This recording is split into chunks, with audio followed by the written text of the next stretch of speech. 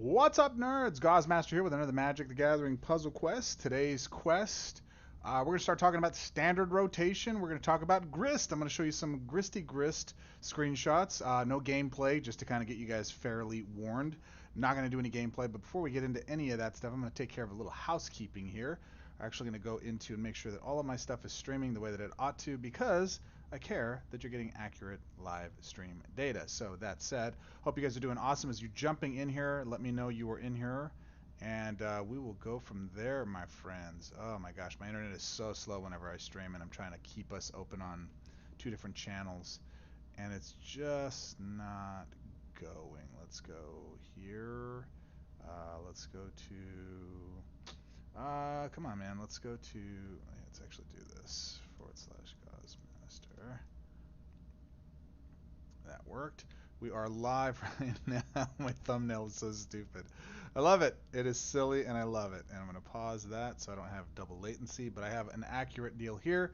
So I'm going to go ahead and share this out live real quick. Give me a second. I'm going to copy that. And I'm going to go here. Everyone. I am live. Set rotation, early talk, and first look at Grist. No gameplay. Just got to make sure I'm covering my butt so that the fine folks at Webcore don't get upset that I am sharing stuff I'm not oughta. So I cannot do that. Let's see if it gives me the thumbnail. It does give me the thumbnail. Oh, that's so silly. I adore my silliness. I am a silly bird. Silly, silly bird. All right, let's go ahead and post this in here. Let's go post in Theros. Let's see. Video content. Boom. Boom. Let's go into somewhere.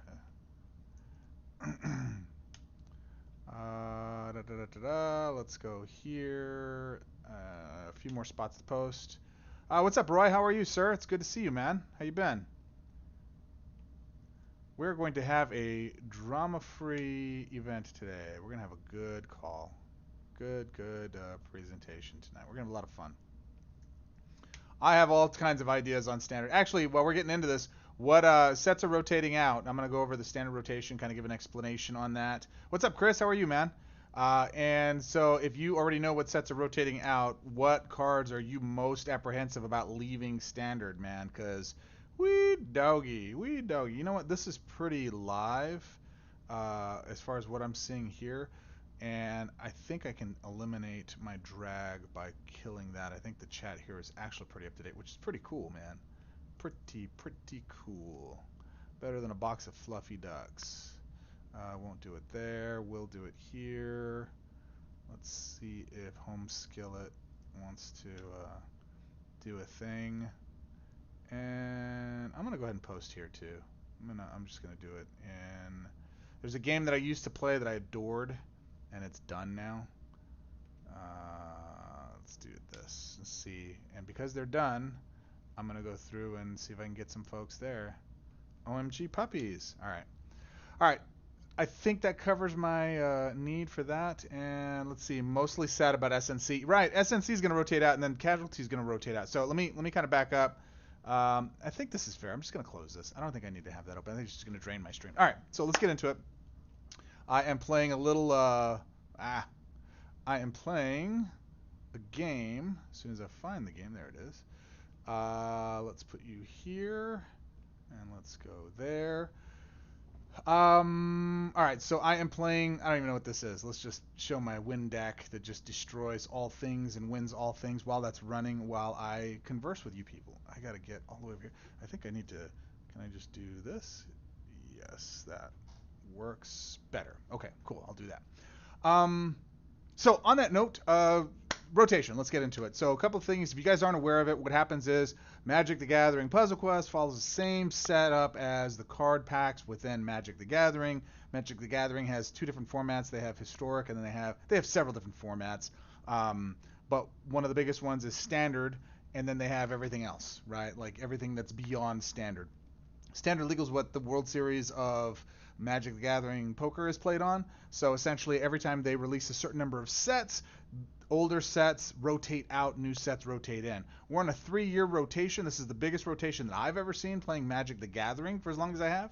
And we follow suit in Magic Puzzle Quest much the same way. So our current standard meta right now is Midnight Hunt, Vow, Crimson Vow, Neo or Kamigawa Neon Dynasty, Streets of New Capenna. You got, I believe it's Bro, or actually it's, oh, I'm sorry, it's Dominaria United, right? So it's Dom U, or DMU. You have the Brothers War. You have, so that's Bro. You have ONE, which is All Will Be One. And then you have, oh, what is that one? I think, oh, March of the Machines. Then you have Wowie Wowie. You have WOE, which is Wilds of Eldraine. And then you have, after that is MKM, I believe. Is it? Yeah, MKM. Oh, sorry, it's right here. No, it's LCI. It's Lost Caverns of Ixalan. And then it's MKM, Murders at Carlos Manor. And then OTJ, Outlaws of Thunder Junction. And the next set that's coming in is the Maple Leaf, which is Bloomburrow, or Red Wall, or whatever people are calling it. It's basically Disney. It's the Secret of Nim meets Magic the Gathering. Everybody's an animal for the most part, no humans. So, you know, Jace becomes a fox. Very interesting storyline. It feels very cartoony.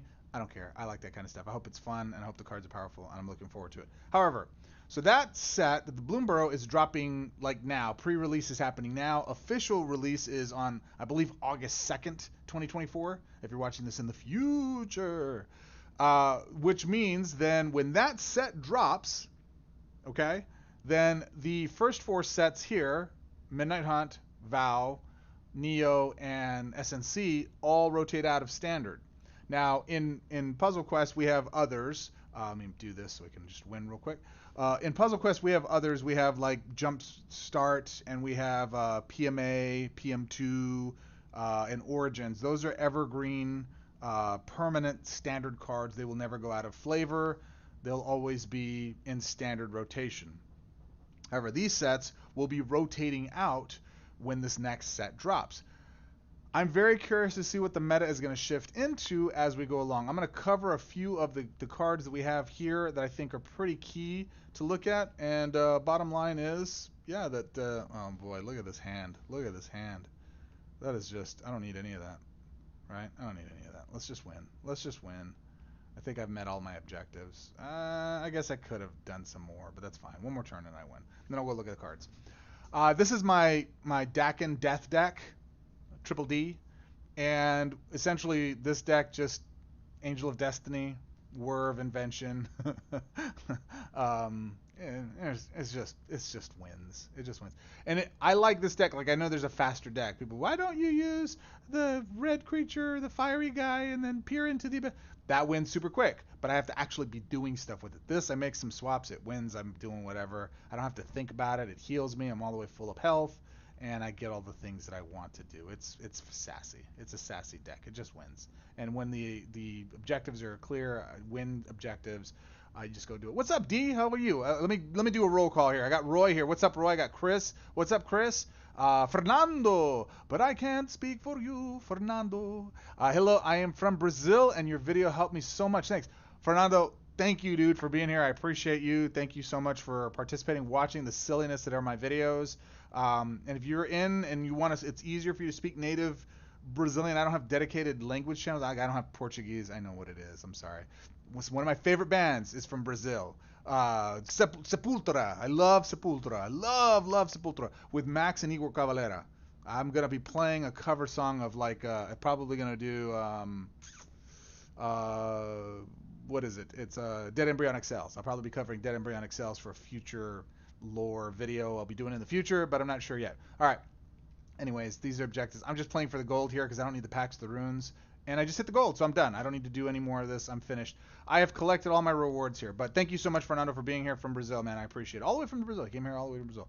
Royce here. I'm great, sir. Glad to see you all live streaming. Thank you. Chris Jensen's here. What's up, Chris? Mostly sad about SNC, 100%. Roy says, and Jumpstart. Jumpstart's not leaving. Yeah, well, Jumpstart's staying in rotation, I think is what you mean. What's up, Ghazi? You plan to gospel on him? I'm going to gospel on him. Good to master stupid cards to you can win on 7 cards from that build. Yeah, absolutely. So this build, I'll show you the build real quick. This legacy build, if you've got the cards, you're so inclined, and you just feel like wrecking havoc on the entire universe, this deck does that in spades. Let's go here. So it's a Dakin build. I did modify it a bit, but it's Legacy Piggy is what I call it. So it's got Deploy, Piggy, which was also known as Decimator of Provinces, Angel of Destiny, my girl. It's actually not a girl, it's a guy. Found out. All right. Omniscience, Whir of Invention, Broker's Charm, Manifold Insights, Reason, Bring to Light, just because it's free, and Dark Ritual to kind of start the whole thing off. I just start it, the thing runs, I wind up doing most of the damage. If they're regular PvP deck builds, it usually wins in like 3 turns max, typically. Maybe a 4th. I don't have to do anything, just make another swap and it goes. And he's D saying that this AOD deck is the gospel. It is. It works. It works really well. And the beauty of it is I only need maybe 4 or 5 of these cards max, and the rest of them I can just put in unmastered cards, so I can use it to grind out during events that I'm playing for the first time and master cards. Now you'll notice, some strategy for you guys for this new rotation. We'll talk about that here. Let's go actually to our home tab. And I'm going to demonstrate for you guys my kind of approach to preparing for this next set release. It's after 5 o'clock here officially, so let's go ahead and grab our daily rewards. You guys should go grab, here's your daily reminder, go grab your rewards. We should do that. I should have a timed thing, like tag everybody, hey, it's time to get your daily rewards. Go get them, right? Goz probably. So I am, let's see what level I am. I'm at 487 right now, okay? I'm not really trying to master cards. I'm meandering. I'll do certain things. I'll stop mastering cards altogether at 489. So here's kind of the deal. My timeline, and I have no official word from WebCore guys, so don't think that I do.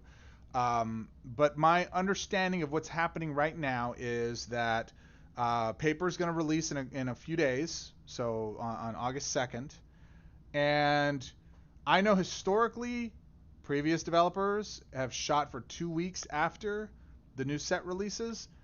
I don't know about that. I don't know about that. Typically 3 or 4 weeks is where it comes out, because it's 2 weeks to get your spoilers done, right? We do a spoiler season. If I'm invited to participate, grazie, I'd be much appreciative. I'm not Italian. I'm just pretend to be. I just play one on YouTube. And that would give us a week of that. Then the full spoilers drop, the full preview set. I hope they give us a week with that, because I'm going to call you guys out and say, hey, we got a week of previews. Go look at these and see if any of these can be broken. And go comment on the Facebook, comment in my group, and I'm going to take the best ones. I'm going to go direct to my contacts in WebCore and say, hey, the community thinks these cards are going to be broken. I'm not an advocate. I'm not the community manager. That's not my job. It's not my role. I'm not here to do that. But I will, wherever I can, voice opinions. Without getting too much into detail, there was a card that I saw inside of PM2 that I kind of was the only one, and the other content creators disagreed with me. It'll be fine. And I was like, that card's broken. That card is going to be oppressively stupid if you guys let it stay the way it's worded. Because my brain thinks, I'm going to go break this card. How can I break this card? And I'm dangerous. I should not be allowed to drive because I'm going to wreck stuff, because I like to crash derby, right? I like demolition derby. So I told them exactly what I was going to do with that card, and they changed it. Okay? They thought about it and like, well, let's tweak this. One little tweak completely changed the card, and I'm grateful for it, because it would have been miserable. And I didn't see all the cards. I just saw a few of them, and I said, that one's going to be a massive problem. It's going to be a problem for everybody else in my hands. I can't imagine it being played again. I'm going to throw my friggin' phone. Like, I would break my phone if it played me that way. Okay? So, why I'm saying this is, when we get to the point where we have the full previews, I want you guys to go in there and comment and say, I think we can break it this way. I want to know, because I want to go break those cards. And again, I've been fairly impressed with the way WebCore has been balancing cards in their fairness. They're not so completely broken that they're just one-sided, and most importantly, they're not so broken that Greg can go break them as well, and that's what's great. All right, check in. Have you noticed if you have room for a card in hand, when Atraxa Grand Unifier hits the battlefield, you see an animation appear with a red text -X number. If you check the battle log, it says it destroys. Interesting. Does it count towards objectives that way though? The fetch creature without fetching said creature to hand. Does it count towards destroy? Yeah, I don't know. I haven't seen that. Yeah, that Chris thought the same thing I did. Anytime I see any kind of mechanic that goes, it's interesting. You should pay attention to this kind of stuff. Like this is the reason why I kind of speculate on a lot of stuff, and a lot of times I'm right.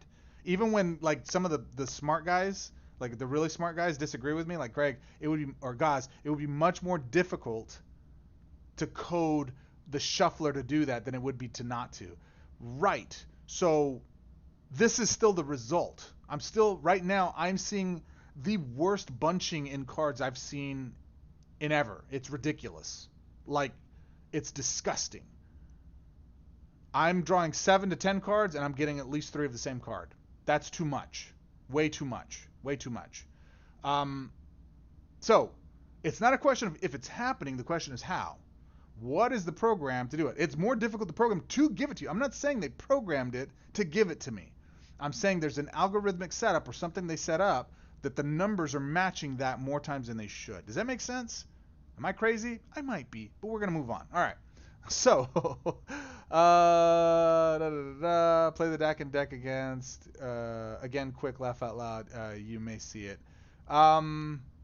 I won't because that's not part of my build. Atroxa is not in my core build. I add Atroxa when I want to cast multiples, and I want to get to the rest of the stuff, and we'll talk about it here. All right, so let's get back into rotation. Let's talk about rotation here real quick. We can talk about something important. Let's talk about rotation. So where am I going to look at this? Let's go look at, I guess, cards. Let's go look at cards. All right, so PM2 is permanent, whatever. You know what I'm trying to say. So the 4 cards are going to be leaving here are going to be these 4 right here. Streets of New Capenna, Neo, yada yada. These 4. So let's take them. Let's break them down one by one. Right. Let's start off with. What is this? Oh, I know what I need to do too. Hold on a second. Let me come over here. I got a list, baby. I got a cheat sheet. I came prepared. Okay. So yeah, let's start with Vow or Midnight Hunt. Okay, so let's do the mythics and the masterpieces rather. Mythics and masterpieces rather. Cigarra Host of Herons is a great card. I'm gonna be sad when that goes. This basically is Green's Remy, which is leaving too. Rem Carlos Stalwart Slayer. This card gives other creatures prevent damage, but does not, in fact, itself have prevent damage. Ward is its prevent damage, if you will. What I really like about this card is it's a loyalty ramp as well. So when this card leaves, it takes something away from green that I think this card is really good, but I think with the standard meta being so powerful right now, this card doesn't get played. I don't play it anymore, and I love this card. I think for newer players or mid-size collectors, this is a really powerful card. If you're not using it, you should before it runs out because it's going to be a great card. Whenever your creatures block, if they have reach or defender or whatever it is, and they block somebody, you convert 5 gems to loyalty, so you keep ramping your hand into loyalty. Between Wish and Faithbound Judge, which again, RIP, that's leaving too, it's not as needed. But it does the function. Basically, it has the function of Wish, Faithbound Judge equivalent, and Rem Carlos Stalwart Slayer. It's a great card. I'm going to be sad when it's gone, although I don't play with it. Don't play with Graveyard Shovel. Don't play with Stitcher Giraffe, Ghoulcaller Gessa, Moomus. No. Spell Queller is a great card. This is a really powerful card. I still play this in a white-blue deck with Teferi L. Jackson, where I use it to just tie down the opponent. And this is also great counter to a lot of the desert stuff that's out there. So if you have creature control and you just want something to permanently lock down anything on their side of the board, this is a great way to get it done. Now the challenge is it targets the creature or the card with the highest base cost. So if it's a support you're trying to attack and there's a creature with a higher base cost, the creature gets disabled, not the support. So then you have to remove the creature. You get a copy of it, FYI, which is fantastic. Or actually, when you kill Spell Quellers, when you get a copy of it. When this creature dies, you get a copy of it. But this has a lot of functionality. The challenge is I don't play it enough because there's a lot of other better ways to disable. And I forget the name of Requiem, whatever it is. Requies is the new white spell that just is amazing. I'll spotlight some of those replacement cards here in a bit. Curse of Vitality. Did you guys ever find a home for Curse of Vitality? I know this is a powerful card, but there was nothing that was life gain equivalent that ramped with it in Standard. In Legacy, there's Veto. There's all kinds of different things. So this is a Legacy impacting card if you have Veto, whatever his name is. Okay. In fact, let's go take a look at that real quick. Veto. Let's take that off. Say apply. Nope, it's not in that set. It's not a mythic. It must be a master, a mythic rather. Yeah, Thorn of Dusk Rose. So when you gain life, your opponent loses that much life. Easy peasy, done. You got this card and the Curse of Vitality. Easy peasy win. Go. You win, right? Mastered all new player it again. Good call on Desert Lock. God, I can't see. Yeah, Desert Lock for sure. You got to have a way to get rid of Desert. Desert is a must. You got to get rid of it. So there you go. There's that. Let's get back to what I was doing here. But Veto and that card are fantastic. So that'll be, I don't want to say sad to see it go, but it's going to be, it's really not impactful in Standard, I guess is my point with that. I do see a lot of this played. Well, not her. There's another one. I haven't even looked at these cards in forever. When this creature becomes blocked by a creature in power, one or less, names creature imminent death. No. At the beginning of your turn, fetch the first card with buried from your library. Creature deals combat damage to your opponent's planeswalker. No. Buried. That's why I'm out. Yeah, that's it. You got Sigarda. You got Spell Queller. Maybe Soul Caesar. Oh, Curse of Vitality. But that's still Legacy impact anyways. That's not necessarily in Standard. Any disagreements there? Awesome, great, in cat life loops. Yeah. Yep. They needed to loop though. Yeah, they did. COV and Will of Scholar. Yeah, there you go. Will Scholar. But Will Scholar, you have to take the damage, right? So, yeah, it is what it is. All right, let's look at the mythics. And I'm not gonna go one by onesies. I'm gonna go skim through them and tell you what my top picks are that are gonna be leaving in the space that are significant. There's nothing on this first page that I see here that are worth going. Maybe Intrepid Adversary. These are one of those ones that's really good because it gives, when this creature enters battlefield, you may drain all the mana from your hand and graveyard. If you do, this card's level is increased by the amount of mana drained this way. While in the battlefield, your other creatures get +X/+X. So you can hit the board, and your other creatures that have haste or whatever get that ++. This is a fun card. This is a fun little card if you got it. It works well. I'll be sad to see that leave, but it is what it is. It's not a critical, you know what I mean? Let's see. None of these here float my boat.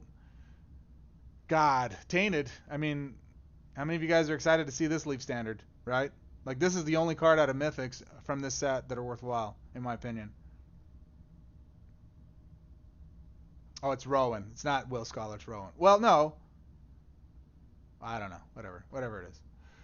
Tainted Adversary. That one's a big one. That's going to be massive when it leaves. And I'll be glad for it, actually, because I really... The thing here is, if you're going to run this, you got to have Tyrell, whatever, on the board to give it haste, because those give tokens haste. It's the only thing that gives tokens haste, really, outside of spells. But a support that gives haste, Tyrell, Cal, Tyvar Cal, the Vanguard. I would get there eventually. So this guy with Tyvar Cal on the board, but he's 6. So Greg prioritizes him over the haste, and there you go, right? So you're still waiting a turn to get them to go, but at least you're not leaving your creatures exposed. Geistform Reservoir was one of the cards that I thought, yeah, this is going to be something at the beginning, and it just was too slow. It was too slow compared to... I think this is another one that we would play with more if there weren't like 8 different better cards in the meta. I think this one could be broken. This one probably could work inside of a Judith Satoru build. And this would just level up with all the spell casting and the loops. But then you don't need it. That's what I've been finding is I'm using the Satoru and Judith combination and a bunch of spell casting to loop. But then I don't need the win con. The win con is the tokens. I can just give them haste, beef them up with Serpentine's Ambush. That's going to be a card I'm going to be sad that leaves. That it works. Bloodthirsty Adversary is another one. I like this one a lot because it's direct. you can get the damage to her, and if you double her up with, like uh, Alchemist Gambit, give her double strike, she becomes very powerful. So again, Tainted Adversary is probably the biggest loss there. Uh, Bloodthirsty Adversary, and then I think that's it. Intrepid Adversary. The adversaries, I guess we could just say the adversaries, yeah? Or run it in Tybalt with L2 token on board for token haste. A little DM L3 token as well as 4 damage. Yeah, there you go. Except the problem with that, Roy, is that I have to be playing with Tybalt, and I don't. Why would I do that? It's a little too specificist. All right, let's get into the rares, because I think the bulk of what we're going to be losing in this set is in the rares. Let's get right over the top of these. For me, I play Teferi, Hero of Dominaria. Obviously, this is the big card that's going to be leaving at a rare. I know that the Vanguards are separate and they're harder to chase and get, so these are really like mythics and masterpieces. But these are legacy impacting cards. If you don't have this card yet and you are in standard, exhaust your pinks to go get it now before it goes into legacy. Because once it goes into legacy, you're going to have a hard time getting it back out. Okay? Is my prediction. So I would tell you, go get this card before it goes, because this is a legacy impacting card, and it will help you win more in legacy events. Okay? Galvanic Iteration. For me, you guys know I love the loops. Full mana, say no more. It gives the one spell card in my hand, half mana, duplicates that card, gives a duplicate full mana, do the things. Mwah, chef's kiss, I love it. The only downside to this card is when all your cards have mana in hand, then this set's dead in hand. But if you have draw, you typically are going to draw cards that don't have full mana. You can work around it. Excuse me, it's not bad. I think it's great. I love that card. Those two so far. Let's see. Mask of Griselbrand. I mean, this was the original Gitrog, right? Gitrog now replaces this minus the lifelink. Draw the cards, convert the mana on the board. This now is, you have lifelink, creature dies, you draw the cards if you do it, and then you gain the mana equal to, those cards gain mana equal to the power of the creature. Great card. Great card. Solid card. Let's see. Angel Fire Ignition, I love. Give your creatures haste, lifelink, and then you give them vigilance as well, and the vigilance stays, period. So I give vigilance to Remy, Stalwart Slayer, and he's a bulletproof creature with vigilance, and he blocks everything. It's just great. And then I can give my tokens haste or whatever. I'm finding I'm using this less now. The replacement for this is Song of Tatatons, red. That's better in my opinion because it's cheaper. It gives all creatures haste, not just one creature. Does not give the vigilance, but it does give you some supports on the board, some token supports that you can use as fodder for your other things. And then you know my boy right here. Here he is. Rem Karalios Stalwart Slayer. This is going to be one of the biggest cards that leaves standard that I'm going to be very sad to lose. I've even got him in the fancy look because I love him that much. I'll master him all over again. And I did. I adore that guy. I think he's one of the best. Tovalor Dire Overlord is actually great too. You might want to target this if you're rares, if you have some available gold for that as far as booster crafting is concerned. Where he really shines, he's my go-to creature inside of, and I only use one werewolf now inside of the event for Midnight Hunt, whatever it is. The flip, do the multiple flips and go from day to night or whatever it is. This card does an excellent job of that. You need the werewolf on board to trigger that. You cast 2 spells, you cast no spells, you cast 2 spells, you cast no spells, and it flip-flops them. I used to play the Celestis in there to guarantee I got the shifts. Turns out you don't need it if you have the right build and you have the right patience, and you do enough lockdown on their side to get them held down, so like Sigarda's Imprisonment or something like that. Or if you've got it, you're running a blue-red deck, you can run Sleep with the Fishes, that kind of thing. Ooh, sad, that's going to. I know, we'll get to those. Slaughter Specialist is a really great card. This is really excellent because it kills a creature, and then gives them another creature to kill for those objectives. It's a great card for those types of objectives. I think this will see some legacy play outside of, Turn to Frog is another one. But this gives you a creature on board. Plus, this creature has Berserk, so it allows you to go kill that little 1/1 weenie. Something to do there. I think that's a good card. That's a good card. All right, moving on. I love Grafted Identity, although I don't play it enough. Destroy one of your target creature you control. So if you snag a creature, destroy it. Then you gain control of one of their other creatures. So if they have multiple creatures on the board, it's just a great snag and sack kind of deal. So grab something with like Aegis or whatever, destroy it with this, take one of their other creatures or whatever it is, and give it a boost. It's fun. I just like it. It's a fun card. And then I like Rite of Harmony as well for card draw. There's so much other card draw now. This has gone to like a tier B level of drawing stuff. Who was it? The Rumor Gatherer deck that I built. This was the crux in that. I haven't played that thing in forever. I should probably give them all one more go before they roll out of standard. This is another one here though that I think is just oof. I love this card. I love Renin 6. Convert X gems to your Planeswalker's color. X is the number of non-creature cards in your graveyard. Again, another Vanguard from the same Vanguard set. So if you get this as your consolation prize for Teferi, Hero of Dominaria, this is still a solid card. You absolutely want to go get it. It will serve you in Legacy. It's a Legacy impacting card. And I think that's about it here. There's nothing else here. Or run to yada yada. I like Push Pull for haste as well. Push Pull is good. What is the middle list behind his head? And what is Alchemy? Oh. So sorry guys, let me go through this. So the top one up here is the current standard, but it's blocked off. So the current standard will route all the way through Wowie Wowie, right? But you'll see there's some overlap here. So if you look at these two, these will be the current standard, okay? All the way to this Maple Leaf, that's Bloomburrow. Alchemy is for Magic the Gathering Arena. I just stole this real quick and I threw it up here. Ignore the bottom part. I probably should have blocked that out, but whatevs. I didn't do it, so there you go, okay? So pay no attention to that. What is, though, can I move this? Can I move this? Nope. Control Z. There we go. I can move that. So you're going to see here that those three are blank beyond that for current standard. I don't know what the next current standard sets are going to be. So as a result, I'm not talking about them. I know they're listed probably somewhere, or they haven't made the announcements. I don't know. I don't think they make the announcements till January, right, guys? Like New Year or towards the beginning of the year when they do like a big release of what the next sets are. Yeah, I'm a thief. I totally stole it. When in doubt, copy and paste from the internets. So there you go, right?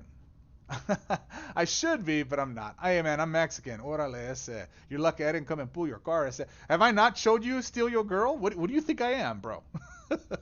What do you think I am? That's the way I roll. All right, so we're going to move super quick on these. Burn Your House Down, Patricia, nothing really in here. Burly Breaker's kind of fun. These are what I'll miss. I'll miss these lands. These lands are really good before we got Leyline of Guildpact and Sunken Citadel and Cryptics. Prior to that, these cards were indispensable. They were something you could use, and they were the best lands in Standard. They've been made obsolete, and when they go into Legacy, they're going to be dead on the vine. No one's going to really do anything with them. I don't recommend you go chase them. They're not really necessary, but they were good for a time, and I have a fond place in my heart for them and for what they did. This is a good removal spell, Vanquish the Horde. For 10 mana, destroy all things, and it's actually less than that if you got creatures on board, like tokens or whatnot.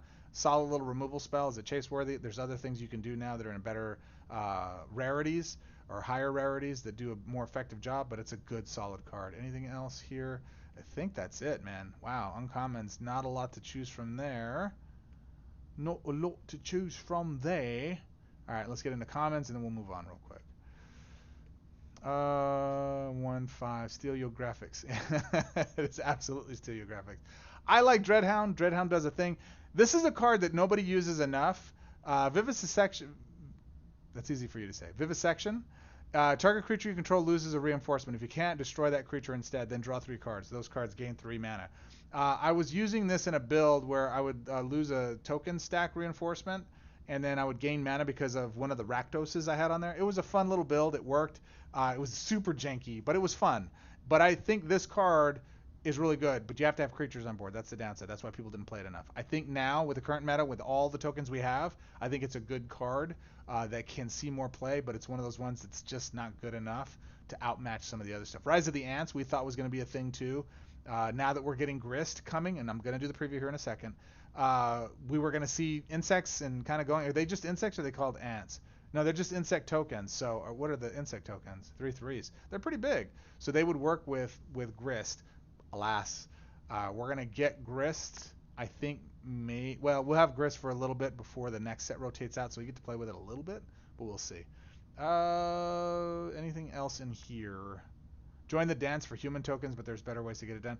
I really like Thermal Alchemist. This was great. Casting a spell, loop 3 at a time. Just not enough room. Wasn't strong enough compared to some of the other creatures out there. Obviously, Judith and Satoru are much better and stronger. Let's see, and then supports do the damage there. We really want that damage source coming from a support of some type and doing the thing. And that's about it. All right, so there you go. There's your mid look. Let's go look at Vow. Defang. I mean, what are we talking about? Let's just cut right to the chase. This is the strongest card in standard. I'm kidding. Please don't chase this card. Please don't chase it. This is the worst card in the game, period. It does nothing. It is the worst. It is the stupidest card. Webcore, if you're watching, please fix this stupid card. Make it worthwhile. But, no, never mind. Don't. Oh, this is another one that sees Sumberwall Sage. This is the one I was talking about earlier that converts to green. I see a lot of people playing this card. I don't understand why when Galta is a thing. I understand for 5, but it's a weight kind of tactic. I guess it's like a land that converts if you really think of it that way, but it's susceptible to creature removal. My aunt called. You're a goofball, man. Yeah, I don't like this card. I never saw the playability of it, but I understand in a thinner green conversion meta why we saw it, but with all the stuff we see for green conversion now, I don't understand why people play it, but all right. Temporal Mastery is a great card that doesn't get enough play. This card is 8 mana, take another swap. Okay. And it can cast for free, get an extra shot, either day or night, it becomes day. And you can convert, you can force the day metric to happen as well while your hand is beginning your turn. Is that event, the one that you have to do the flippy flip, is that like a peasant build? Because in this card doesn't work, but I'm not sure. Fix Omniscience first, leave Defang alone. User friendly. Can one of my admins ban user friendly? That person is, I don't need that negativity in my life. Huntmaster of the Fells, absolutely one of the strongest creatures. She's actually so strong, you lose the games, or you lose objectives. When this creature enters battlefield and transformed, deal X damage to each opposing target. Each opposing support loses X shield. X is the number of wolf and werewolf creatures you control, including the reinforcements. I ran this in that flippy event, in that day-night event, and I would always lose objectives because I would win too quick, but I never lost with her. She's just too fast, too strong, so I wound up pulling her out and playing more control, and that winds up spiking for me a little bit better. But I love this card. This is absolutely a chase card, very powerful. And I think when we move to Legacy, if that event shifts to Legacy, I might reevaluate playing with her to see if she makes a difference, because when it shifts to Legacy, you're going to have to win faster. You're going to have to complete your objectives and win a lot faster. We'll see. I'm kind of interested to see how they're going to handle that. Burden of Guilt, not it. Olivia Valderon, this is a fun card, but it's too slow. It's fairly costed, a little bit small at 3/3, but it lets you to steal your girl, but there's more effective ways to do that now. But I like this card. It's a lot of fun. If you get it, play with it, master it, you'll have fun doing it. I love Soul Herder. I love Soul Herder. Anything that does the exile, the whole thing I did with Olenbach, Javier of Olenbach, I actually think is in the same set. Put stuff to my exile. Use what's the lady's name that puts all the stuff into our exile? I can't remember her name. But in fact, she's probably in here. Send them to your exile, and then Soul Herder on the board. You exile something from hand, and then you can bring something to the board from those cards as well. It's fun. Black Custom Goz t-shirt guy. You figured it out. Gave yourself away, sir. Yeah, I know. I know who it is. Burn that man. Grizzlebrand was one of those ones we thought was going to see a lot more play than it did, and I know some people still play it, but it's too slow for the full thing. Take 7 damage. Your first black card in hand gets it for free, or you get full mana. Okay, it's just a little bit slow. For 14 for a 7/7 with flying and lifelink, it's a solid card. It's a solid creature. So for you Timmies out there, it's a fun creature to play. I think it's good. There you go. Those are the masterpieces. Let's take a look at the mythics. Cultivator Colossus was big and good. This one. I mean, what are we talking about? Let's just stop. We can end the cast here. Faithbound Judge, absolutely a card that I'm going to be sad to see go. Oh, you know what I didn't do here? Give me a second, guys. I got to put in. Oh, I got to do this. Hold on. Do it on my phone. I got to put in Do Not Disturb so I don't get all this stuff coming in. This is just one of the best cards in the game. Triple function, quadruple function, a 4/4 body, flying, defender, prevent damage.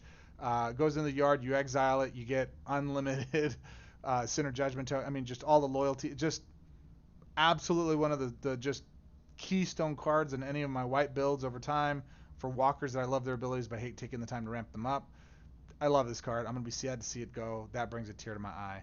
Olivia Crimson Bride is another good one. Maniform Hellkite's another one for me. I love this card. I run this in my Rawl builds, in my loop decks, and it just wins when it's just a win now objective.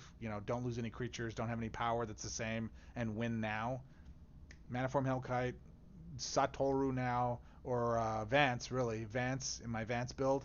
I'm going to have to go find a different kill spell. It's probably going to be Judith. I'm going to get sick of playing Judith over Ovika, which is what I'm doing now, but I love Maniform Hellkite. Absolutely a chase card. If you get it. In Legacy, it wins faster than just about anything else. It will be a Legacy impacting card. So will Faithbound Judge because of the mana ramp or the loyalty ramp it gives you. And then anything else out of here? Oh, yeah, my boy. My favorite, your favorite, Javier de Olenborg. 10 mana, 1/2, train. You guys want to... I've never realized that was the keyword term until this 13-year-old boy moment. You guys want to go train with Javier of Olenbach? No, we do not. That's awful. Why would you do that? Why would you give nerd boys and girls that... Anyways, we're moving on. When this creature does the thing, exile target opposing creature into your exile. If you can't exile the first creature card without buried from your graveyard. So you put it into your exile. You use Soul Herder or some other way to steal it back into your board, and it becomes yours. So it was a two-directional steal your girl, and that's why I don't play with it anymore, because there's more direct ways to steal your girl. Gitrog and Aegis, and it's just brutal. So those are the replacements for these cards. Now, when this creature dies or is exiled, you get to pick the first 4, bring them back, and if they're yours, they come back to your side. If they're your opponents, they go to the opponent's side of the board, so you don't want to do that. FPJ and Dak, bonkers and annoying. Yeah, Dak and FPJ, and even Dak, right? Anybody, really. Well, Dak N is who you meant. He was a part of the Mirepoix for a long time. He was. I love this guy. Still one of my favorite play styles. I love stuff for free, if you guys haven't gathered that by now. I like free things. All of the cemetery cards didn't play out the way we thought they would. We'd hope for. Fear of Death is a dope card. It's a defensive card, and I don't like defensive cards, but this card is dope. Any kind of exile feed, or I'm sorry, graveyard feed, especially now that we have that, this is pretty lockdown for the first creature. It's just too much setup. But if you've got it, you've got a mid-tier collection, you've got this card, and you haven't run it in some of your decks, especially some of your slower objective decks, this is a great card to go run and kind of slow down the pace of stuff, and then you can get to the 8 or 9 turns you need to. All right, rares. Let's get through the rest of these pretty quick. For me, Hullbreaker Horror. God, I love this card. This card is a peasant build control dream. I love this card. Put them on the board. You can get them out there with connecting the dots now, right? And then just go cast spells and control everything your opponent has. Exile all the things. All right? Actually, it puts them in their hand. Disregard. But it destroys whatever doesn't fit. And that's it. I love that card. If you have it and don't play it, it's a stupid good card. Adore it. Absolutely one of the best. Dreadfast Demon was my demon of choice for destroying in Steal Your Girl, but Gitrog is the replacement for that, so that's easy. Ill-tempered, ill-timed, ill-licensed. Again, more of the lands here. Witch's Web is another good one that I love. Give something reach and death touch, plus 5/5. Solid. Can't go wrong with that. It's a nice little deal. But I stopped playing it because I had Faithbound Judge, and I could just do the thing. Is there anything else in here? I know which one it is. Alchemist Gambit. Is there anything else? No, it's just Gambit. Just Gambit, my friends. This one right here. Double strike. Take an extra swap. Give them an extra creature reinforcement. Doesn't matter. This card is absolutely chaseable. This is a legacy impacting card. So if you still need to chase Alchemist Gambit,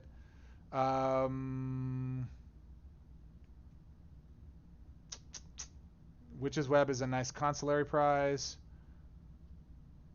Nope.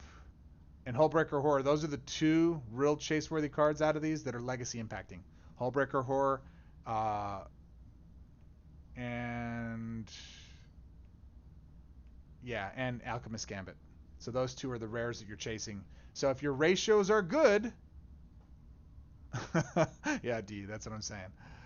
So if your ratios are good, i.e., and I'll show you what I mean by that. If you go to your booster crafting and there's like 5 rare cards that you're still missing and you want 2 of them, that's a good ratio. Just go spend your crafting orbs, go pull those 2 cards. They're worth it. If you have 30 and there's only those 2 cards in there, not a very good ratio. You want to wait till you thin them down a bit should have been concentrating on those with like premium packs to get those down, or to get enough crafting orbs to go concentrate on those and then get it down. But I'd say 1 and 5. If there was 10 cards left and you have those two to still chasing, they're worth it in my opinion for the crafting orbs. That is my unbiased opinion because I love those cards in that playstyle. Magma Pummeler's a great card. If you guys have it and you aren't playing with it, it's a lot of fun. You should go give it a whirl. You can do a lot of stuff with it. I spotlighted it in a build a couple years ago, in fact, and it just rocked. It's a good card. Nice and powerful, cheap. You can do a lot of things. It's flexible, and then you can sack it too, cut your losses if you need to. There's a lot of good stuff you can do with it. And then Vilespawn Spider too had some potential because of the insect tokens it creates. It's just outclassed now, but it's a fun little card that you can use if you're just getting started. And then finally the commons. Is there any commons here of note? I don't think there are from this set. Quickly. Oh, Halana and Elena. These guys are great for reach. First strike, right? Just solid. And if you're playing Colors of Magic, you can use it on the top node and still qualify for the points. I don't use it because I have... oh, then Sigarda's Imprisonment. Duh, what am I talking about? This is definitely a good card. It's a poor man's Sleep with the Fishes, but it still works really well. Any of the lockdown stuff. A lot of that freeze is going. Oh, what am I talking about? This one right here. This is probably the biggest chase card in this set for me. For 7 mana to go boost my power from 1/1 to a 5/5. Yes, please. Thank you. All day long. Blue goes into all my Judith Satoru builds. I gotta go find a replacement for that. I know there is one. If you guys have a replacement already in standard after rotation, let me know, because I gotta figure it out. I know there's some others that cost like 9 or 12.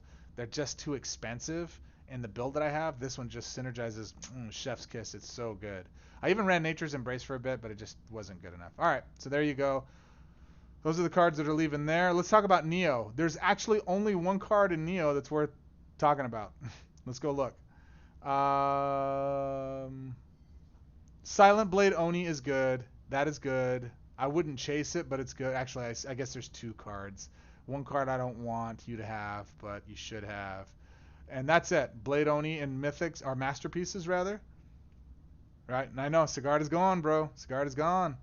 They's gone, man. You guys already saw it. Yeah, this freaking card. I hate this card. I am willing to sacrifice cut your losses for this piece of garbage to leave standard. I hate this card. I hate it. Why do I hate... Goz, why don't you hate this card so much, Mr. Goz?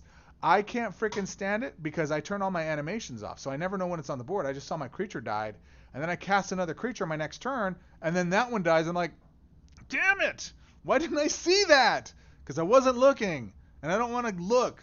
This card is fun. I probably want to revisit this one more time before it leaves, because there's a way you can create a loop with it. It's really janky, but it's a lot of fun when you get it to go off.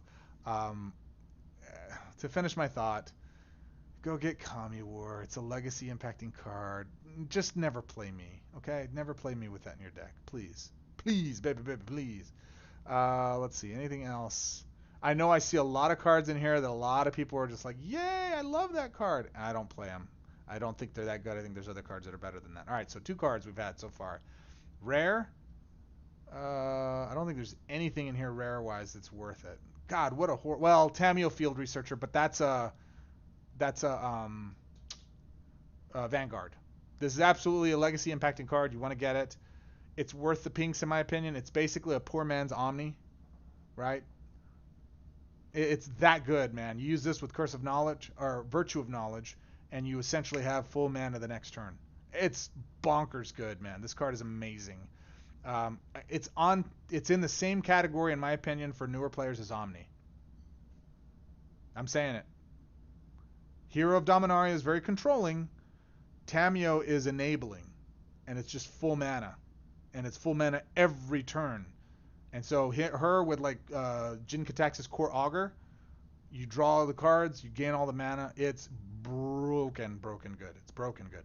Brilliant Restoration is good. I don't hate it. There is some gameplay that you can do with that, but again, it's kind of janky. Don't need to do it, especially in Legacy. There's going to be like better things like War of Invention, that kind of thing you want to focus on. Light Paws had some potential, but they nerfed it. Biting Palm Ninja, they never fixed this, did they? This is still broken. So Biting Palm Ninja is great. When this creature enters the battlefield, gains that. When this creature deals combat damage to your opponent's planeswalker, you may have it lose menace. If you do, exile the first non-land card from your opponent's hand. This is a super big control, to where you lock down the board with like some type of disable, or, or Sigarda's Imprisonment, whatever, and then you just pick off the top card out of their deal, and they never get to cast anything. It's brilliant. It's a good card, solid card. Chase-worthy. I mean, there's other ways to deal with that stuff now, but it is a good card. Oh, and I like a Ganjo Uprising. This is a good card. It was good for token generation. Judith's better. Satoru's better. And it's one-sided. You don't have to deal with it on their side. I had a Jinky build that had something that it did damage to them based on the creatures on their side, and this did it. And so I liked it. Anyways, I think it's a good card. I think that's it from the rares. And then I'm going to go common and uncommon at the same time, because there's only one card in here that you need to worry about. Let's see. Maybe two. Invoke Despair. This card is great. This is the best card in this set, in my opinion.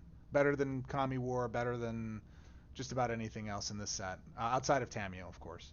This card is so flexible. It's so powerful. Best card in the set, and it's not even close, in my opinion. This gets more function and playability in my decks than just about anything else. Even Tamiyo, I don't run as much because I don't need to. I have so much mana gain and free stuff in my loops that I don't have to do anything else. Is there anything else in here that is... This was... I mean, a teardrop in the chat, my friends. Put F in the chat for respect for how bad Oktagon ported this set over. I mean, this set is just garbage. What an absolute trash heap. Gravelighter. I use Gravelighter. I use her in my Nissa Shadowed Bows deck because she destroys other creatures and creates a loop there. So she's good to have for Nissa Shadowed Bows, but I have a better one now, and I'll show you guys here when I do my Grist video.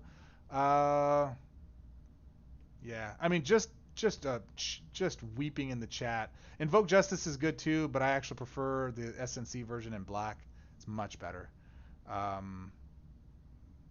Anything else? Anything? Bueller? Nobody? You guys aren't arguing with me, so I guess I'm right. This is the worst set in Standard, Kamigawa. 3-4 cards in it that are worthwhile. The rest of it's trash. Yes? We all agree? Moving on. Really, the biggest rip in this whole set is going to be Streets of New Capenna. Just the entire thing is kind of... Shaman of Forgotten Ways has some jank in it that I... Oh, you know what? Jaleva, that's her name. Shaman of Forgotten Ways. Alliance. The first 2 creature cards in your hand gain a 6 mana. If you control a creature with power 8 or greater, gain X life. Exit number creature and creature reinforcements you control up to 20. This effect can trigger up to 5 times. I forgot they nerfed this. Never mind. Not chase-worthy. Not loopable. Not fun. Academy Elite. Incredibly powerful card. This is an absolute legacy impacting card. If you're playing spell loops, you're playing anything that puts stuff in the yard, these guys get big, stupid quick. They draw, they feed the yard. It's a really powerful card. I'm losing you guys. Everybody's kind of chiming out here, and then the chat is dying. So I think we're over time. We're almost done. Jaleva. I mean, they nerfed full mana, and my boy, what's his face? I can't even remember his stupid name. The chef, right? They nerfed the chef, and that whole combo went bye-bye. But that's basically it. Jaleva, Academy Elite are from the Mythic, or from the Masterpieces. Mythics. We're going to talk about... I mean, there's so many good cards in this set. Lord Xander. Meeting of the Five is still powerful. Arcane Bombardment is functional now. Halo Fountain I see people playing, but I don't play with it. Urbrask, not Urbrask. Jetmir is solid card. I mean, this card is so ridiculously good. For 10 mana, a 5/4, 3 color, and everything that it does, it is insane. When this card drops against me, I pucker a little bit. I do. This card is so strong, especially if they're ahead. Ooh, it's brutal. Parry the Pulverizer, I think it's pretty good too. When this creature in the battlefield, target creature you control gains shield no matter what. When this creature attacks, target creature you control gets plus X%. Yeah, it's good. It's not great. It's outclassed by a lot of other things. Angel of Suffering saw play. Anilo and Hello saw some play and some good stuff. Rafina I even see still being played some bit with like draw functions, especially with Knowledge is Power. That builds you up something. I'm gonna miss Tigum. Yeah, what did you use it in? Just so many good ones there. And then really where SNC shines is in its lower rarity cards. This set is by far the best set in standard for rare and lower. Rare, common and uncommon cards are powerhouses. They're mythic level power in common and uncommon. Soul of Emancipation is an incredibly great removal card. Evelyn the Covetous. I just spotlighted her with Mavrin and Galta and Mavrin. Who knew that combo, right? If we go back and read our old cards, there's probably so many different more utilities, but we have so many different more broken things. Now that GTA is busted up, we can actually go look at this stuff and see what's advantageous for us, right? This is a fun little combo. Yeah. Raw with AA and cut your losses. Okay, fun. Show me a deck. Go put it in the build. I want to see it. Evelyn's good, man. Evelyn's good. Zayatora's is good for mid-level collectors as well. Let's see. Janae was good too for the token destruction and token creation. Getaway card's better than you think. I know Pilot as a mechanic sucks, but this card is good in all artifact decks to give haste to your creatures when it enters the battlefield. The trickiest part about this one is what drives me crazy about this is that it asks you, do you want to destroy your creature? No, I never want to destroy my creature, and it always asks you to do that, and I always wind up breaking my own stuff because of it. Fleetfoot Dancer, I see people play too. It's a good card. It's not great. Topiary Stomper is great. Topiary Stomper with Sunken Citadel. For 9 mana, I get a 4/4 body with Vigilance, and I get a full mana Sunken Citadel that enters conversion when it enters the board. Creates all this other stuff. Unlicensed Hearst. Card's so good, I got it twice. I love this card. This card is amazing. I haven't even played it with it yet. But this card is great. Void Ren, okay. I understand why people like it. It's not my preferred removal, but it is good. Endless Detour, I know it's good. I got both alt art versions of it. Even Cut Your Profits has some functionality to it as well because of the draw. But all those are good. Sigarda's Imprisonment, super strong comp. Yeah, absolutely. But let's get into Sigarda's Imprisonment is nothing compared to the beauty that is in uncommon and common in SNC. Let's get through it. Tainted Indulgence, great card. For 5 mana, draw 2 cards, then discard a card. But if there are 5 or more different cards in your graveyard, instead the last card in your hand gains 6 mana for 5 mana. What are we talking about? That is a beautiful card. Oh, rip for Rob the Archives. Oh, I love this card, man. Casualty 1. Let me go draw 2 cards. Last card in my hand gains Outcast, and the first card in your hand with Outcast gains X mana. If it can't, the last card in your hand gains X mana. X is 2 times the number of cards in your graveyard. Unlimited. So mid to late game, I'm just casting stuff for free for 5 mana. This is and I can do it twice. If I stole their girl, I can sacrifice their girl, unalive them, and I get to do it again. This is a masterpiece level uncommon. Do we have any disagreement on that at all? Outcast sucks. Shut up. For 5 mana. Get out of here. You're ridiculous. Illicit Shipment's good. I get to do it twice. It's like the other one where I get to go look and pull a card from my hand, give it 6 mana. It's a good card. It's a really solid card. Solid uncommon card. Let's see. What else? Rocco. Rip Rocco. Even this version of Rocco is still good for an uncommon. 7 mana, 12. There's so many different things. Like, we haven't done anything with the full mana now as of late. Coming to stored mana. Now here's the thing with Rocco. Once it hits the board with 12, you still get 12 even if you cast your next Rocco with 7 and 1. Whatever you cast this with after that still counts whatever that mana is on the board.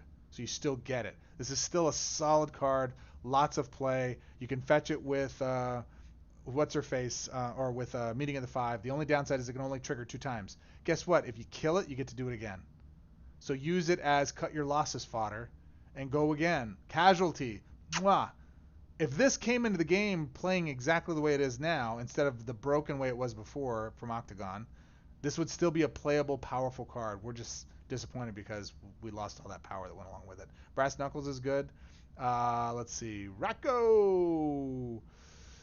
Rumor Gatherer, solid. Riveteer's Charms, absolutely. I used to play Broker's Charm, but I play Riveteer's Charm now over it because of the exile of the first creature versus uh, versus the damage dealt by Broker's Charm. This is better now.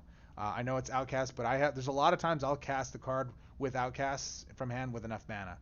If there are 6 or more red gems, draw X cards. X is the number of red gems on the board. So if you have some red conversion, this makes a big difference. This card's bonkers good. Again, that's a mythic powered card at uncommon. Just ridiculous. Devilish Valet too. Devilish Valet is one of those ones where if you give him double strike, remember when he came in the game, he didn't have that limitation. He could just keep going. We broke him day one. There was no, and I didn't get him until after he was fixed. That's how upset I was. That's how powerful the set was. That this card was broken day one. They fixed it within a week, and I didn't get it. I was digging, trying to play with this guy broken, and even not broken, he's still ridiculously powerful, insane. Now there's cards that double damage, right? It's broken again. We could go play the same exact deck, add those other cards that do the double damage, and we go from there. Broker's Charm, you've already heard me talk about. I think it's fantastic. You know what I'm going to say. This is the MVP of Streets of New Capenna. This card leaving breaks my heart. But sometimes it gives 5 matches to Greg. Shut up. Play it better. Play it with a token on the board. Sack your token. Or wait till you play your other colors to get it. Make sure you have grouped blues on board. Be a little strategic, and you will make matches. It works 95% of the time. That is the best card in Streets of New Capenna that's rotating out. It's the best. If you don't have it, new players, noobs, go get it because it's that good. Sleep with the Fishes, another ace. This is a mythic, a masterpiece level card at 11 mana, blue, in uncommon. Disable an opponent creature permanently. There's no fix. It's not temporary. It is done. This is a Spike's dream. This should be in everybody's deck that wants to win and not worry about getting overrun by creatures. It's just a must in blue play. Why is blue the best? Quiza, Augur of Agonies. I love Quiza. Quiza with Ob Nixilis, Tyrant, whatever it is. Great. She's rotating out, but I have another replacement for her. When you draw a card, your opponent loses 2 life, you gain 2 life. Solid card. Worth chasing if you have Ob Nixilis. Legacy play, impact, absolutely. You can go run that deck and legacy play. Mr. Orfeo, love this. First off, that art is hot. Art Deco. Yeah. At the beginning of combat on your turn, double the power of target creature you control until end of turn. This guy with the Valet, you win. The max power is 40. Cool. Double it again. 80. I think. Test it. Let me know, guys. This is the actual regular art version of it. Powerful card. Stupid good card. Freelance Muscle, another one. When this creature attacks or blocks, it gains XX. X the end of turn. X is equal to the greatest power among other creatures you control. Double this one up. Cool. Workaround. You got those 3 creatures working in tandem. At uncommon, and I can go OTK an opponent. Stupid! At uncommon. Mysterious Limousine had some play function too. I don't know what it is. Let's go look at the comments real quick. We're going to buzz through these, and then we're done. Rocks Pummeler. Let's see.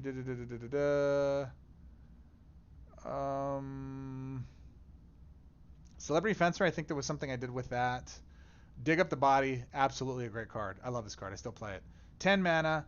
I'm going to destroy the top 2 cards of your library, pick one of them, put them creature on the board, and then I can kill that creature again, put 2 more cards in the yard for 1 power, and bring something. I can kill a token creature that's created with it and go get more creatures out of the yard. It's just a solid card. Casualty, it's good. Hold for Ransom is another Host of Sigarda, or Sigarda's Imprisonment, but at the common level, just crazy. It gives Greg a way to destroy his own creatures, and he does do it from time to time, but it's not that bad a deal. Those 2 cards are absolutely power cards you should have. Involuntary Employment's okay, but there are other better Steal Your Girl cards. Let's see. Roast Master, I think there was something to do with that. Big Score. This is one I play a lot. We have so many tokens that need to be on the board. This makes a big difference. For 6 mana, I discard a card, create 2 gold tokens. I can use this to put my Faithbound Judge in the yard and get my Sinner's Judgment token on the board. This is just a great enabler in red. I love it. Such a powerful card. One of the best ditch and draw cards in the game, in my opinion. And it's leaving. It's rotating out. It makes me sad. Anything with Casualty is solid. And I think Luxurious Libation was something too, but it's a draw. So there you go. Those are the cards that are rotating out that I think are absolutely chase-worthy or worth getting. You heard me speak on them properly. I think they're fantastic. Let me do this real quick. Let me get into my screenshots. Oh, FYI, in Fibblethip right now, Tanazir Quandrix is in. So if you guys want to go look at that, that's something to do. Master Cool. Oh, and also the Elite Collection. Is that still there? Um, but Hour of Devastation's in play, and you can go get, and you should go get Omnipotence. Phyrexian Vindicator. Oh shoot, I pulled this in my alt account. It's on like Donkey Kong.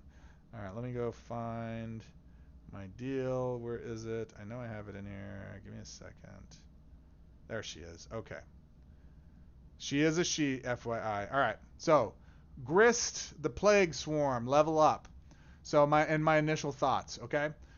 1/2/1, 56 life. I mean, it is what it is. I have the.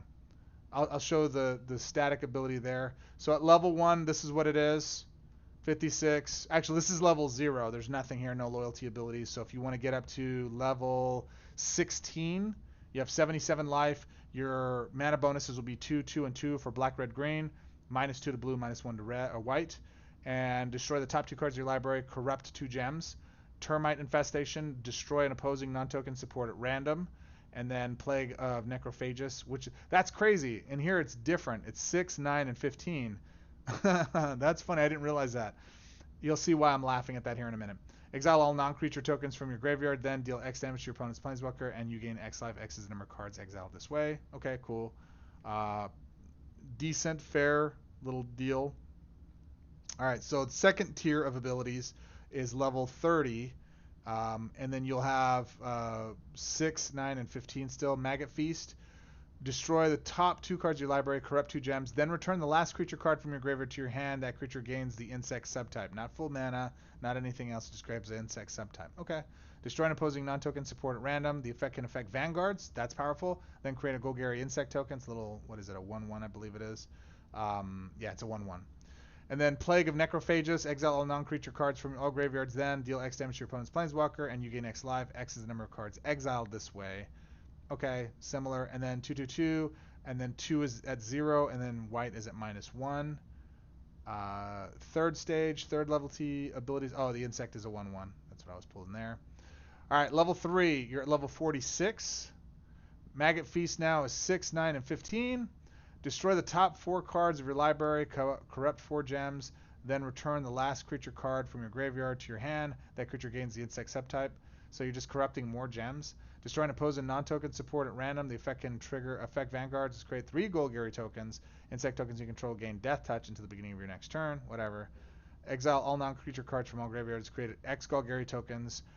Deal X damage to your opponent's planeswalker, and you gain X life. X is the number of cards exiled this way. So that's okay.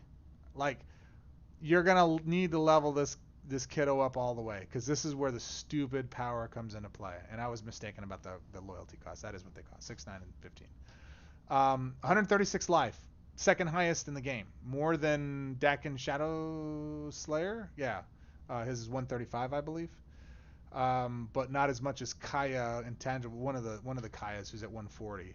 Maggot Feast now. Destroy the top 4 cards of your library. Corrupt 4 gems. Whatever. Then return the last creature card from your graveyard to play under your control. That creature gains the insect subtype. So you put it on the board, and it gets the insect subtype. For 6 loyalty, I put creature in the yard. I get creature on the board. For 6. Bro, come on. Termite Infestation. Destroy up to 3 opposing non-token support cards. 3 at random. The effect can trigger against vanguards. Then you get 6 Golgari insect tokens. Those tokens you control gain Death Touch. Insect tokens you control. Tokens, not insect creatures, just tokens. Why? Just let it be all of them. Whatever. It's fine. Doesn't matter. Because the third's really where it's at. Plague of Necrophagus. Exile all cards from all graveyards. Not creatures, all cards. Create X Golgari insect tokens. Deal X damage to your opponent's planeswalker, and you gain X life. X is the number of cards exiled this way. The downside to this is the animations. The animations take so long. And then look at her mana gains. 4, 2, 3, 1, nothing to blue. No negatives. You run Sunken Citadel in this. You really have 6, 4, 5, and 3. Guys, I'm telling you this now for the 6 of you that are watching this live. This was going to be one of the most devastating planeswalkers to play against. And you are going to win in ways you had no idea work. I have 2 one's pretty straightforward of a build, and it's insane. It's really good. I have another one that I've built that is just stupid. Like turn 4 win, turn 3 win. It is dumb, dumb, dumb. I promise. Again, you do what you want for finances. I'm not going to tell you how to spend your money, etc., etc. This is a walker you want. If you get it for gold and it's coming for gold, do not try to wait for the discount. Go get it because it will. This one's going to cause a storm, I think. You know how Valiana people hate? I think this is going to be worse. It is insane, the synergy in this walker. Insane, guys. Swarm form. When you cast a creature card for the first time each turn, that creature gains the insect subtype, then gain X mana. X is the number of insect cards you control, including their reinforcements up to 10. So this is kind of win more. You were not going to need it. Mid to late game, if you're behind, which you shouldn't ever be with this walker, like I'm never behind. I think I've been behind once or twice and I still won in one turn. Like it's an OTK engine. This will help fuel it whenever you cast something. But notice it's cast, it's not summoned, so you actually got to cast it from hand. So I'm not running any insect creatures, really. It is, I'm telling you guys, this, and I know, everybody's like, you're such a shill for all the new walkers. If they gave me a bad one, I'd tell you, right? Like I'd tell you. I have loved just about every walker they've put out in the last whatever. Dak, like the one everybody was highest on for Dak, Faden, is the lowest one. And he's good. He's okay. He's fair. He's not great. I did a review video for him and I never got to get it out because they cut my time frame short with him, which sucked. So I have to wait for my review video to come out when they actually release him for gold or when he's on the horizon. So I'll get that out. It's going to be revolutionary. I don't think my man's here, Maynard, but he could attribute to what I put together for it. It's going to be silly. All right. I think that's it. Any other questions you guys have? Anything you want to see real quick before we wrap up and spotlight something else for you guys? Grist is hype, guys. Grist is absolute hype. You definitely want to get him. You definitely want to get him. You want to get her. You definitely want to get her. And I think I've got everything in this set, so now I can jump into my alt account and start winning there. And that's what I got to do. I got to go get into that. But let me go look at this real quick, and I will tell you guys what's going on. So there you go. Those are the sets that are rotating. Those are the cards that I think are the most chase-worthy. You guys should actually be go picking up and using because I think they're going to be fantastic to have, and they are legacy impacting as I laid out for you guys there. Look at all these packs I had. I'm really working on Webcore to say, please, can I give these away? Please, can I go give these packs away as prizes to folks? Let me do something that lets me exchange them in to get something else, maybe some other economic thing to do.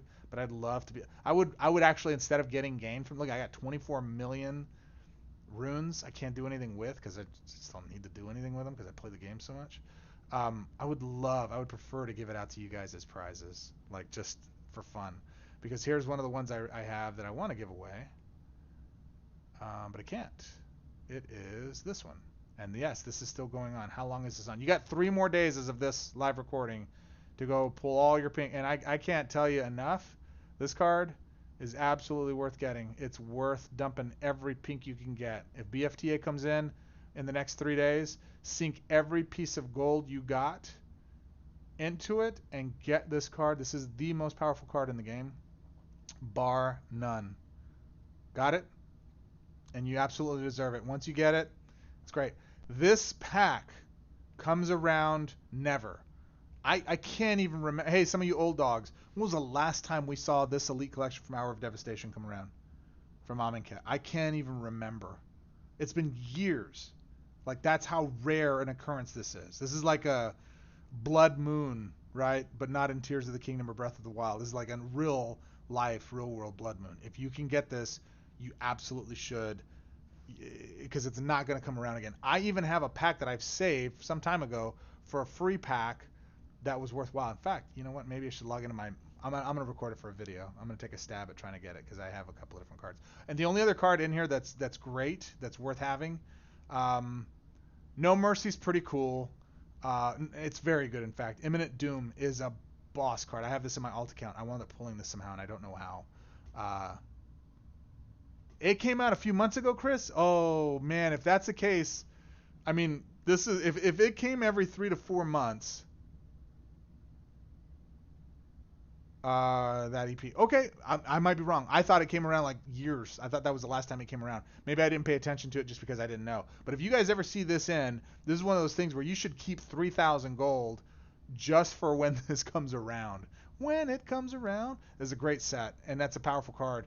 And if they give it that frequently, I mean, that's just a no-brainer. Go get it. It's just powerful. It's the best. Is there anything else in here that's worthwhile? I mean, Scarab God and Locust God, they're fun, but the two most powerful cards in that set are Imminent Doom and Omniscience. Omniscience, that's how you pronounce it. All right, guys. As always, my friends, I appreciate you. I know you could have been anywhere in the world, chose to spend this time with me here. It is appreciated. Invoke Calamity. Oh, one last thing is available. As I said, Tanazir Quindrix is inside of there. And I do have these cards. I got this pack from Oktagon, or from Webcore, excuse me. I got to go out and get it done. Is Rawl 2 better than Rawl 1? For newer players, I think so, yes. For veteran players that have more established collections, Raw 1 is better. That first ability is way more dominant. That's my short answer on this. I will be putting out a review on him. I like him. So if you don't have either Raw and you're a newer player, pick up this one if you're inclined to, plus the Puzzle Master 2 packs. If you are a veteran player and you have all the cards, Raw 1 is clearly the best one. If you have Raw 1, do you need to get Raw 2? Not for cash. You could probably pick it up for gold. I didn't play it for 6 months because I didn't see how good it was. Noob. I got Omni in the regular daily drops when the pack was standard. Laugh out loud. Wow. Well, good for you. I mean, I came in after it rotated out. Actually, I started playing then. I just didn't understand the game. Like, I was playing during that time. I just didn't know what it was. And I was a free-to-play player. I didn't put any money into the game at all. So I was just kind of going along until I realized, oh, I love this game. I fell in love with it. And by then, it was one of those things where they realized how powerful it was, and they started to pull it back from ability to get. And I chased that card for a good couple years before I finally got it. And when I got it, oh, the heavens opened up, light shined down. It was a beautiful experience. Second greatest sensation known to man. With that said, my friends, I appreciate you could be anywhere in the world. Chose to spend this last hour with me here, and it is appreciated. So as always, take care of yourselves. Be good. Take care of one another. Hey, I don't care what your political soiree is. Be nice to each other. All right, your politics don't matter. It doesn't matter who's president. Just be good to each other. We're nerds. We have that in common. Just take care of each other. Everything else will be fine. Until our next quest, my friends.